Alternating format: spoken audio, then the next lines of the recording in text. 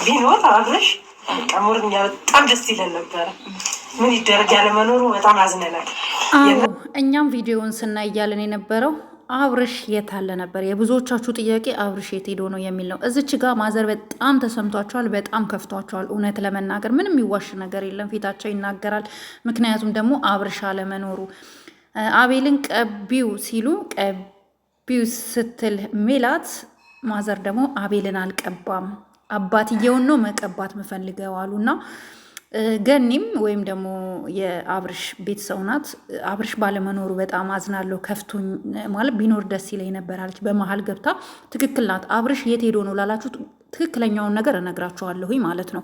ለሁላችሁ መልስ የሚሆናችሁ ነገር አብርሽ የት ሄዶ ነው ላላችሁት እንግዲህ እህታችንም እየጠየቀች ነው። አብርሽ ቢኖር ኖሮ ደስ ይል ነበር ስትል ሜላት ምናለች? እንግዲህ አሁን ብቻቸውን ገብተዋል። ሲወጡ ሰብሰብ ብለው ይወጣሉ፣ ይመጣል፣ ሲወጡ ይመጣሉ አለች ማለት ነው። እና ሩታ አንገቷን ደፋች፣ ከፋት ምናምን ነገር የዛን ሰዓት ማለት ነው።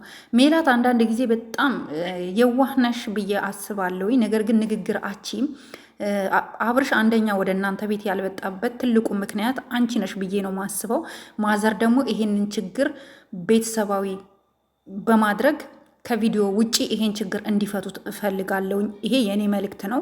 ሲሪየስሊ የምር ሚዲያ ላይ አንዳንድ ጊዜ ጥሩ ነገር መስራት አለብን።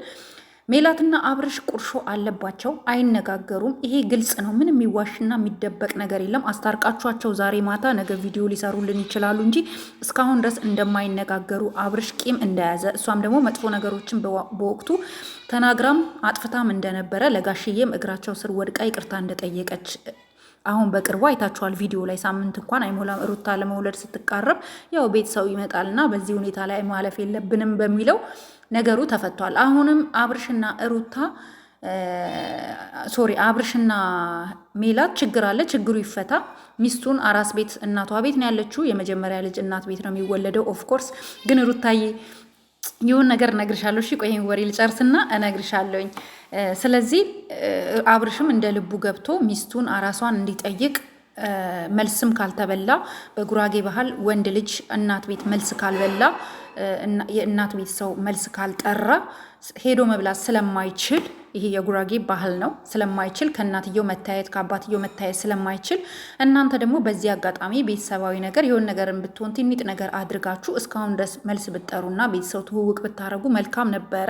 ነገር ግን አልሆነም። በመሀል ልጅ መጥቷል፣ ተፈጥሯል። እሰየው፣ ደስ የሚል ነገር ነው አድርጋችሁ ልጁንም መጥራት ሚስቱንም አራስ ቤት እየገባ እየወጣ እንዲያያት አስፈላጊውን ነገር እንዲያደርግላት እሷም ደስተኛ እንድትሆን ይህንን ነገር ቤተሰብ የሆናችሁ በሙሉ በቅርበት የምትገኙ ይሄ የሜላትንና የአብርሽን ችግር ፍቱ። የሜላትንና የአብርሽን ችግር ፍቱ። ባይዘው እኛ ቪዲዮ ላይ እናንተ ባታወሩም እኛ ሳይኮሎጂካሊ ኤቭሪቲንግ እንረዳለን። ፍቱ። ከዛ ደግሞ ማዘር ቡናም ቢሆን እንደ አቅም ቤት ያፈራውን ሰው እንደ ቤቱ ነው የሚኖረው፣ እንደ ጎረቤቱ አይኖርምና ቡናም ቢሆን አፍልተው ልጁ ከእርሱ ጋር ቅልቅል እንዲያደርግ ቤተሰባዊ ትውውቅ እንዲያደርግ በዚህ ምክንያት በዚህ ገጠመኝ ማካሄድ አለባችሁ ነው ምለው። እኔ ምለው ይሄ ነው ማለት ነው። ሌላው ደግሞ ለሩታዬ ነው። ሩታዬ ምንም ነገር እንዳታስቢ፣ ምንም እንዳታዝኒ፣ ምንም እንዳይሰማሽ። አሁን ቤት ገብተሽ ቁልጭ ቁልጭ ስትይ ሰምቼሽ አይቼሻለሁኝ። በጣም ደስተኛ መሆን አለብሽ። በቃ መብላት መጠጣት ራስሽን ረሃ አርገሽ በቃ ጠንካራ ሴት እናቴን እግዚአብሔር ምስክሬ ነው። ሩታ ዛሬ በጣም በሆነ መንገድ አሳዝናኛለች። እውነት ስነግራችሁ እኔ ሰውን አነባለሁ፣ ሰውን አያለሁ። አራስ ቤት በጣም ከባድ ነው ጋይስ። አራስ መሆን በጣም ከባድ ነው። ልጅ መውለድ በጣም ከባድ ነው። በጣም ከሞት ወደ ሽረት ነው የምትመለሱት። ሞትን አይታችሁ ነው የምትመጡት። ሞት ነው አይደል የመጨረሻ ከባድ የሚባለው። ከሞትም ይከብዳል የእውነት ሞት አንዴ እንደውም ይገላግላል።